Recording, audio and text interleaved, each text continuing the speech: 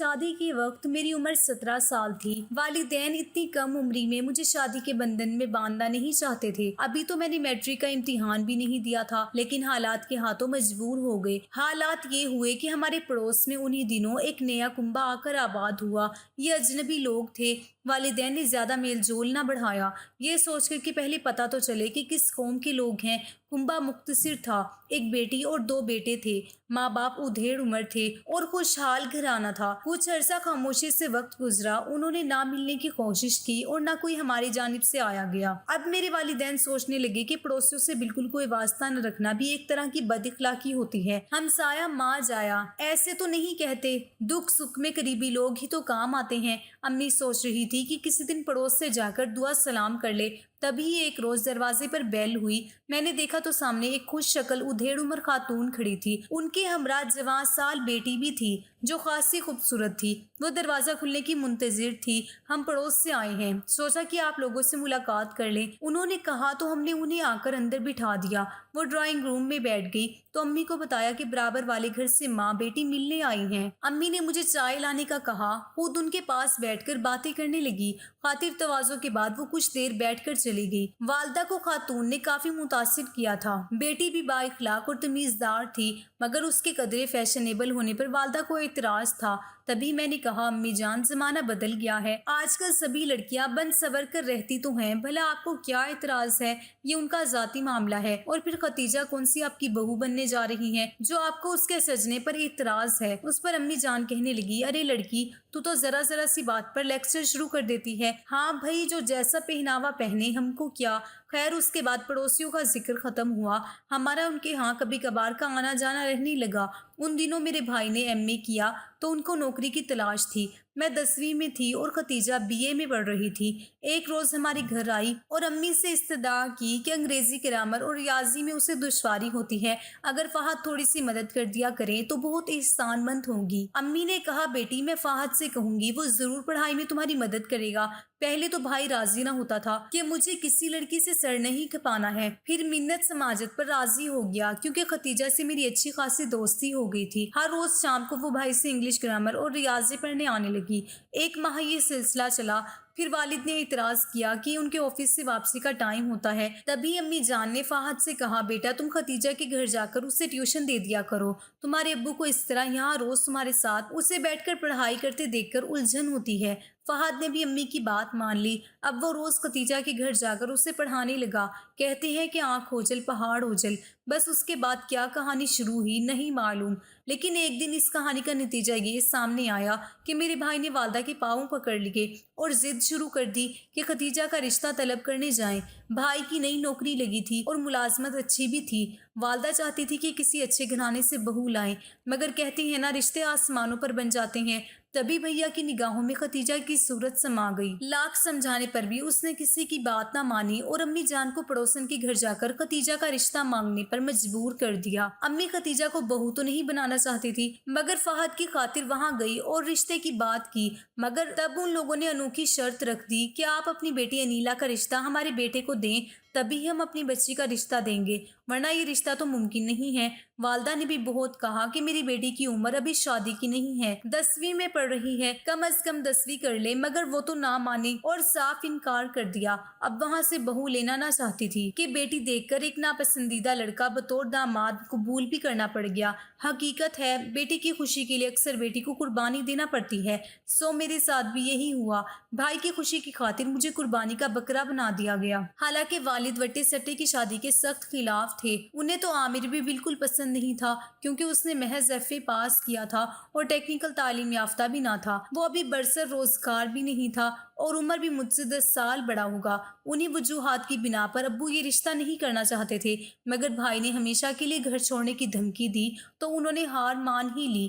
امی بہت ناراض تھی، یہ ان لوگوں کو نہیں جانتے تھے، نہ معلوم کون لوگ تھے، کس خاندان سے تھے اور آئے کہاں سے تھے۔ غرض وہ ساری احتیاط جو رشتہ طے کرتے وقت ملوث خاطر رکھنی چاہیے پس پشت ڈال کر والدین نے فہد کی خوشی کو مقدم رکھتے ہوئے وٹے سٹے کا یہ سودا طے کر دیا، اور یوں میری شادی عامر سے ہو گئی، جبکہ اس کی بہن ختیجہ کی شادی میرے بھائی سے ہو گئی۔ گھر میں اللہ کا دیا سبھی کچھ تھا۔ امی ابو نے ختیجہ کو کسی شے کی کمی ہونے نہ دی۔ والدہ بہو کا پورا خیال رکھتی، भाभी के वालिदैन मुझसे कतई बेगाना रहते थे। अपनाइयत का एहसास तो दूर, वो तमाम दिन तक बात न करते। आमिर सुबह सवेरे कहीं चले जाते और शाम को घर आते तो मूड सख्त ऑफ होता।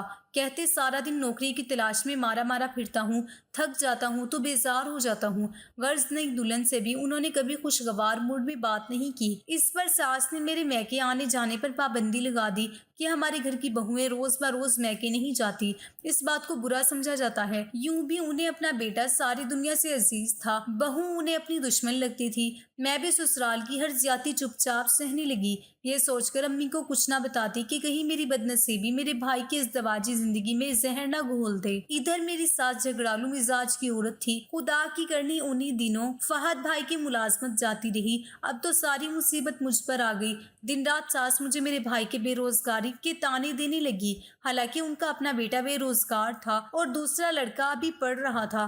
ताहम ससुर अच्छा कमाते थे, लिहाजा घर में खुशहाली थी। जब भाई बीवी के हमरा आते तो मुझे नाखुश देखकर सोच में पड़ जाते, लेकिन अपनी बीवी से बहुत मोहब्बत करते थे। इसी वजह से सब्र की घूंट पीकर खामोश रह जाते कि किसी तौर पर बीवी से बदमजगी और अलैदगी नहीं चाहते थे। भाभी की घरेलू जिंदगी मेरे भाई की बेरोजगारी के बावजूद भी काबिल रश्क थी। जब आंख में आंसू लिए वालिदैन के घर जाती तो उनकी पुरसुकून खुशियों भरे घर में हलचल सी मच जाती। हालांकि मैंने अपने दुखों को माँ बाप से छुपा रखा था और उन्हें कुछ ना बताया, मगर फिर भी वही हुआ जो अक्सर वटे सट्टे की शादियों में होता है। मेरी नाखुश जिंदगी के असरात मेरे भाई और भाभी की जिंदगी पर हावी हो गए। अम्मी जान जब हमारे घर आती तो मुझे रोता पाती, वजह पूछती और मैं बात छुपा जाती। फिर सूरत हाल इसी तरह कुशीदा होती गई कि 1 साल बाद ही दोनों लड़कियां अपने अपने वालिदैन के घर आ बैठ गई। ये सच है कि खतीजा को फहद से बेहद मोहब्बत थी, उसे मेरे वालिदैन से भी कोई शिकायत नहीं थी। मगर जब अना का मामला दरपेश हो गया तो उसे भी अपने वालिदैन का कहा मानना पड़ा। ना चाहते हुए खाविंद का घर छोड़कर मैके आना पड़ा। उन दिनों वो उम्मीद से थी, हरगिज अपने खाविंद से अलहदा नहीं रहना चाहती थी। खतीजा को जब उसके माँ बाप जबरदस्ती अपने घर ले गए तो फहद भाई को बहुत दुख हुआ। वो इस कदर सदमे से दो चार हुआ कि खाना पीना तर्क कर दिया और देर तक घर से बाहर रहने लगा। बीवी के बगैर भरा घर भी पराया पराया लगता था। घर के चप्पे चप्पे से दरो दीवार से उसे बीवी का हंसता मुस्कुराता चेहरा झांकता दिखाई देता। एहसास तन्हाई ने उसके दिल को रेजा रेजा कर डाला। खतीजा फहद की रूह में बस गई थी। वो मेरे भाई की कमजोरी बन गई। अगर कुछ दिन और घर में रहता तो शायद वालिदैन से ही बगावत नहीं बल्कि सख्त गुस्ताखी कर जाता। इसी में बेहतरी समझी कि घर से चला जाए। फहद की गुमशुदगी ने हमारे घर के बुरे हालात पर चलती पर तेल का काम किया। 4 माह के अंदर अंदर उधर तलाक की तैयारियां होने लगी। उसके एक दोस्त को पता था कि वो कहाँ है। उसने फोन किया कि वापस आ जाओ, ये लोग यहाँ तुम्हारी बहन को तलाक दे रहे हैं। तभी फहद की नजरों में माँ बाप के रंजीदा चेहरे घूम गए और वो लौट आया। वालिदैन दिले शिकस्ता थे, बेटे को देखकर निहाल हो गए। पता चला कि वो बाप बन चुका है, लेकिन ससुराल वालों ने बच्ची की पैदाइश की इतला तक न दी। 10 रोज बाद एक पड़ोसन की जुबानी पता चला कि बच्ची हुई है। वालिदैन बच्ची के लिए कुछ तोहफे लेकर गए, मगर उन्होंने सीधे मुंह बात न की और तोहफे भी वापस कर दिए। फहद को बच्चे की पैदाइश से जितनी खुशी हुई वो उन लोगों की सर्द मेहरी ने मिटा दी। मेरी खाला और मुमानी के इसरार पर अम्मी दोबारा उनके घर बच्ची देखने गई, मगर मेरी सास ससुर ने पहले से बदतर सलूक किया और कहा बच्ची हम तभी दिखाएंगे जब बगैर किसी शर्त के बहू को हमारे यहाँ भेज दो। मेरी वालदा ने कहा कि खानदान के बुजुर्गों को बुलाकर ये बात उनके सामने रखो, बुजुर्ग जो फैसला करेंगे हमें मंजूर होगा। इस पर वो मुश्तइल हो गई, वालदा की बेइज्जती की कि यहाँ से दफा हो जाओ। वालदा घर आई तो गुस्से से कांप रही थी। भाई की खुशी की खातिर मैं सब रंजिशें दरगुजर करने पर तैयार तो हो गई थी, मगर मामला यहाँ संवरने की बजाय और बिगड़ गया। उन लोगों ने तलाक का मुतालबा पेश कर दिया। वालिद ने सोच विचार के बाद मेरी तरफ से तलाक मांग ली। उन्होंने कहलवा भेजा कि हम उसी सूरत आपकी बेटी को तलाक देंगे जब फहद हमारी बेटी को पहले तलाक दे। फहद उन बातों से कतराने को वापस शहर चला गया। लौटा तो सूरत हाल पहले से बदतर हो चुकी थी। वो बच्ची को देखने के लिए बेचैन था। सास ससुर की बेरुखी ने उसकी दीवानगी और बढ़ा दी। फहद की हालत अम्मी अब्बू से छुपी नहीं थी, लेकिन वो मजबूर थे। उसने अपने तौर पर अपनी हालात को संवारने का फैसला किया। वो अकेला अपने ससुराल चला गया। नौज़ायदा बच्ची को देखने का अरमान और बीवी से 2 बातें करने की आरजू उससे उनके दर तक ले गई। लेकिन खतीजा की माँ ने दामाद को दरवाजे पर खड़ा करके दरवाजा बंद कर दिया। अंदर से बोली, मियाँ अब तुम इस घर के लिए गैर हो, तलाक दो, तलाक लो, ये हमारा कतई फैसला है। बेटी को देखना है तो बहन के साथ लेकर आओ ताकि वो हमारे बेटे का घर बसाए। मेरी सास को गोया अपने बेटे के अलावा कुछ दिखाई नहीं आता था। जज्बात की दीवानगी ने मेरे भाई को मजबूर कर दिया कि कुछ कर डाले, जिंदा रहे न रहे मगर एक बार अपनी बेटी देख ले। मोहल्ले के चंद मुअज़्ज़िज़ लोगों ने उसे संभाला। घर आया तो सभी परेशान थे। उसने मुझे बुलाकर कहा, अब मेरी खुशी तेरे हाथ में है, तू बस साथ चल, एक बार मुझे अपनी बेटी की सूरत देख लेने दे, फिर बेशक वापस आ जाना।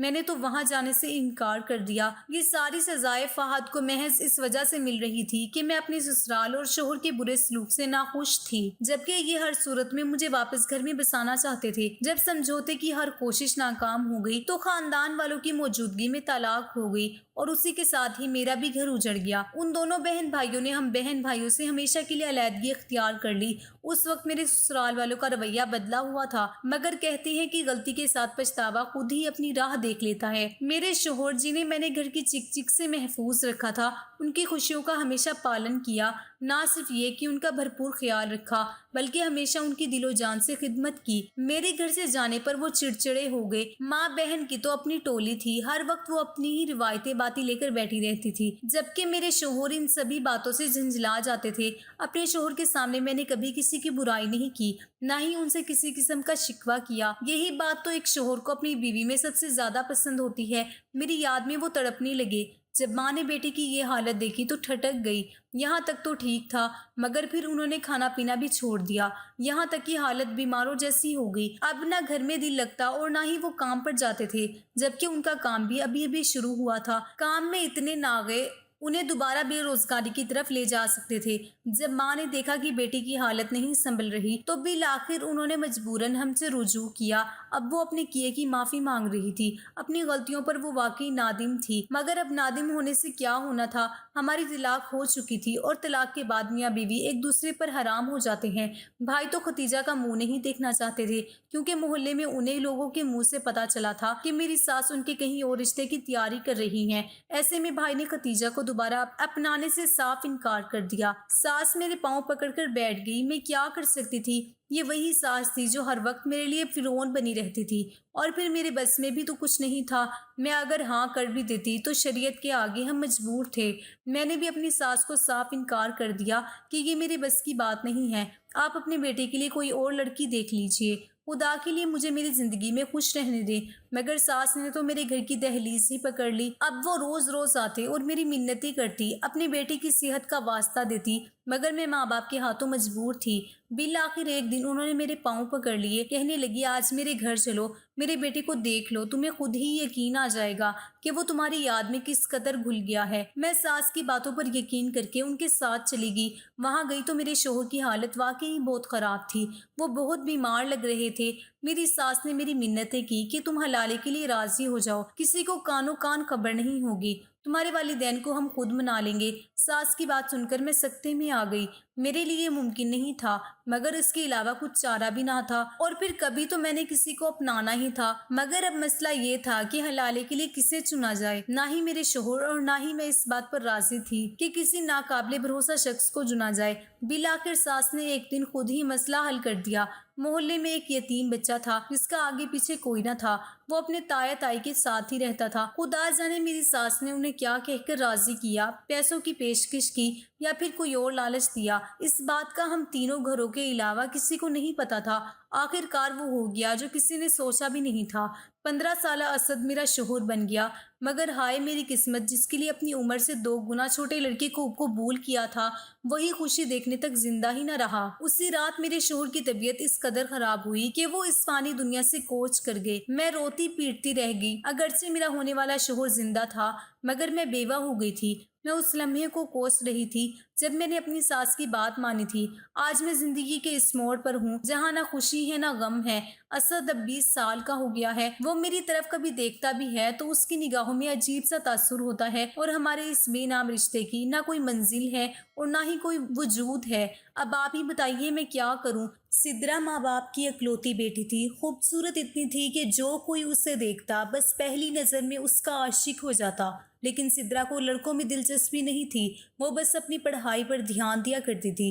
کالج جاتے وقت اس کی ماں اکثر کہا کرتی تھی، بیٹی برقع پہن کر جایا کرو، آج کل زمانہ بہت خراب ہے اور تم ہو بھی اتنی خوبصورت، مجھے ڈر ہے کہ کہیں میری بیٹی کو نظر نہ لگ جائے۔ یہ سن کر سدرا ہنس کر ماں سے کہتی، اماں مجھے زمانے سے کیا مطلب، میں خود تو ٹھیک ہوں نا۔ سدرا ماں باپ کے ساتھ ہنسی خوشی زندگی بسر کر رہی تھی کہ ایک دن بدقسمتی سے اس کی دنیا ہی اجڑ گئی۔ اس کے ماں باپ ایک حادثے میں وفات پا گئے۔ اسے یقین نہیں ہو رہا تھا کہ وہ یتیم ہو گئی ہے۔ صدمے سے اس کا برا حال ہو گیا تھا۔ خیر لوگوں نے اسے تسلیم دی اور صبر کرنے کو کہا کہ ایک دن سب نے ہی اس دنیا سے چلے جانا ہے۔ ماں باپ کی وفات کے بعد سدرا اپنی نانا کے گھر رہنے لگی۔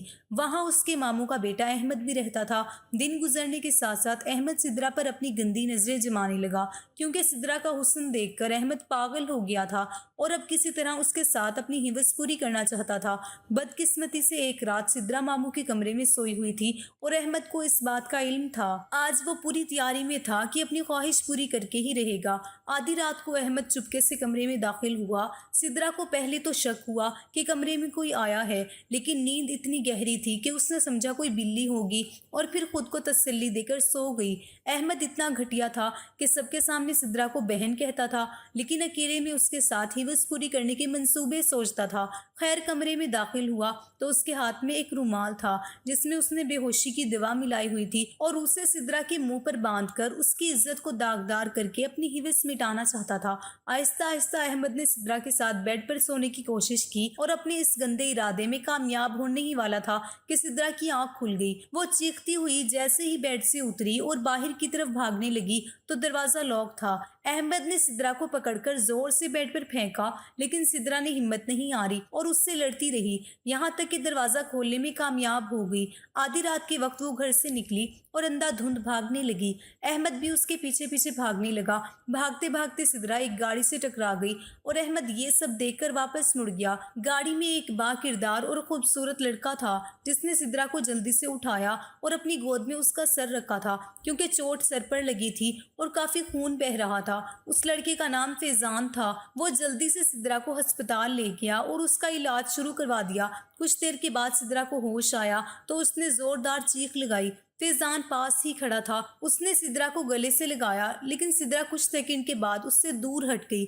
فیضان نے سدرا سے خود کچھ نہیں پوچھا تھا، لیکن جیسے ہی اس کی طبیعت ٹھیک ہوئی وہ اپنی ماں کو ہسپتال لے آیا۔ فیضان کی ماں سدرا کے حسن کو دیکھ کر حیران ہو گئی اور اسے چومے بغیر رہ نہ سکی۔ فیضان کی ماں کے پوچھنے پر سدرا نے سب کچھ سچ سچ بتا دیا۔ ساری داستان سننے کے بعد فیضان کی ماں سدرا کو اپنے ساتھ گھر لے آئی۔ فیضان ایک شریف اور سلجھا ہوا لڑکا تھا۔ اس نے سدرا کو کبھی آنکھ اٹھا کر نہیں دیکھا تھا، لیکن دل ہی دل میں وہ اس سے محبت کرنے لگا تھا۔ سدرا بھی دل ہی دل میں فیضان کو پسند کرنے لگی تھی، کیونکہ وہ جیسا ہمسفر چاہتی تھی وہ ساری خوبیاں فیضان میں موجود تھی۔ ایک شام کھانا کھاتے ہوئے فیضان کی ماں نے پوچھا، سدرا کیا فیضان سے شادی کرو گی؟ سدرا شرماتے ہوئے وہاں سے اٹھ کر چلی گئی، جس کا مطلب یہی تھا کہ وہ بھی فیضان سے شادی کرنے کے لیے رضامند ہے۔ اور فیضان کی ماں بھی سمجھ گئی کہ سدرا اس رشتے کے لیے راضی ہے۔ سدرا نے کمرے کا دروازہ بند کیا اور خوشی سے جھومنے لگی۔ فیضان کی ماں نے بھی اس سے پوچھے بنا چند رشتے دار جمع کیے اور سدرا کا فیضان سے نکاح کروا دیا۔